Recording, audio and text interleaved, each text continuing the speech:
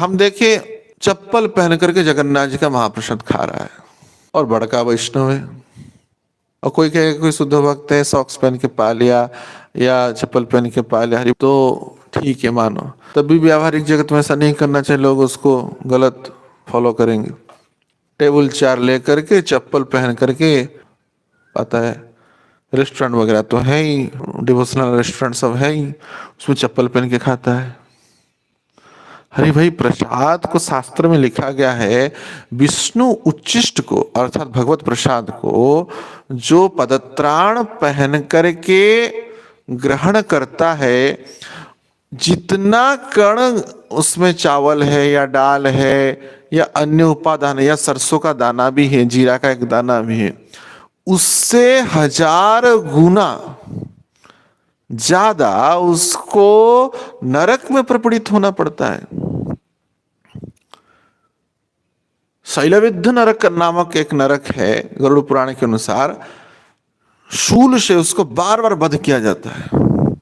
क्योंकि हम क्या कर रहे हैं, प्रसाद को कण को चबा रहे हैं, चबा रहे हैं नहीं, उसके अस्तित्व को नष्ट कर रहे हैं। व्यावहारिकता में जो उसका यौगिक तत्व है उसको नष्ट कर रहे हैं, तभी जो सार तत्व के रूप में रक्त में या आदि मज्जा में प्रवाहित होता है, वो अंतिम वीर्य होता है।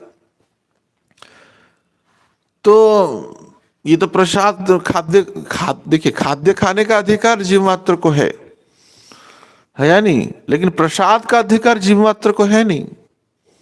जीव मात्र को प्रसाद का अधिकार है नहीं। अगर ऐसा होता तो केवल विमला देवी को ही प्राप्त ना होता वो प्रसाद जगन्नाथ जी का, है या नहीं।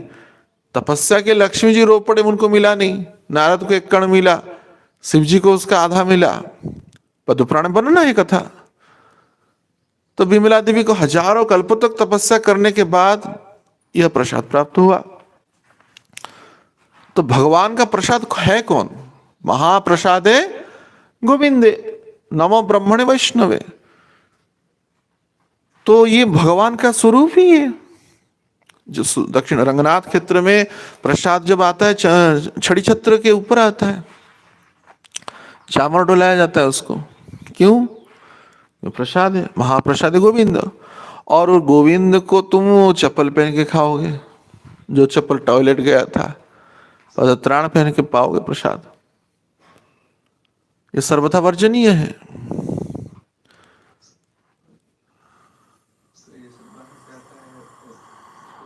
देते समय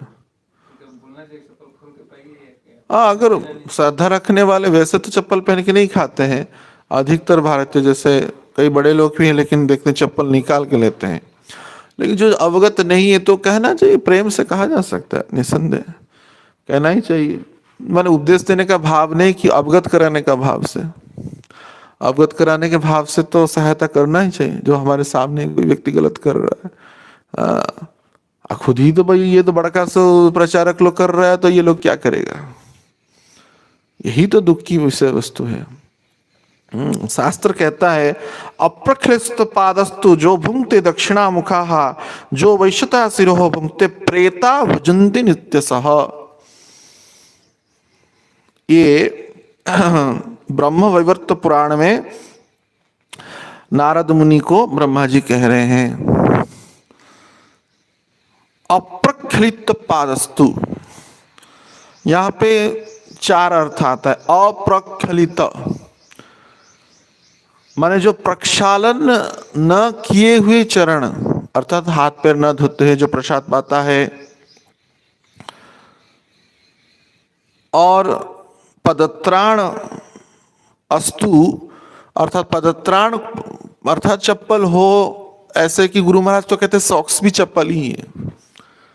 गुरु महाराज कहते हैं सॉक्स भी चप्पल ही है, क्योंकि जमीन से कांटेक्ट जो करने नहीं देता है वही चप्पल है। चाहे खड़ांग पहन लो आप, अरे खड़ांग क्या, खड़ांग तो भी पदत्राण, पहले काल में सभी खड़ांग पहनता था, चाहे महिला हो या पुरुष हो। महिलाओं का अलग खड़ांग रहता था, पुरुषों का अलग खड़ांग रहता था, पदत्राण। समय के क्रम में ये चप्पल आदि हो गया, सॉक्स पहन करके पा रहा है। गुरु महाराज स्वयं कहते हैं कि सॉक्स पहन, ठंडा में सबका वो बेहाल हो जाता है। यहाँ पे नॉर्थ इंडिया में बहुत ठंडा होता है, बिना सॉक्स का कुछ काम होगा नहीं। ये तो छोड़ो, प्रसाद पाता है, पेशाब भी करता है, पेशाब भी कर लेता है, लघुशंका कर लेता है। तो ये है क्या, शरीर को बचाने के लिए सब व्यवस्था है। कौन निकालेगा सॉक्स को, कौन निकालेगा चप्पल को, इतना ठंडा हो रहा है। ठीक है, फिर से वही तो संस्कृति के चक्र में फंसेगा। शास्त्र यहाँ पे कोई कहेगा हाँ समय काल परिस्थिति के अनुसार ग्रहण करना चाहिए, इतना भी रिजिड नहीं होना चाहिए। रिजिड की बात नहीं, एक सम्मान की बात है। ऐसा रिजिड है तो बिना नहाए धोए आ जाओ मंगला आरती, है क्या, मुंह धो लो आ जाओ। नहीं, मुंह भी मत धो, मुंह भी ठंडा लगेगा, पानी पोंछ लो। करने के लिए छोड़ेंगे तो सभी छोड़ देगा व्यक्ति, छोड़ेंगे तो सभी छोड़ देगा। नहाना तो छोड़ दो, सब छोड़ दो, शुद्ध वक्त बन गया। 2 नंबर जाओ, ना नहाओ चलेगा, पेशाब जाओ, लिंगात्मक सूची की आवश्यकता नहीं है, मल त्याग कर दिया, मल द्वार धोने की आवश्यकता नहीं है, हाँ कागज से पूछ लो, सब चलेगा। चलाएंगे तो सब चलेगा, मन चला तो कुछ भी मना लेगा, है नहीं।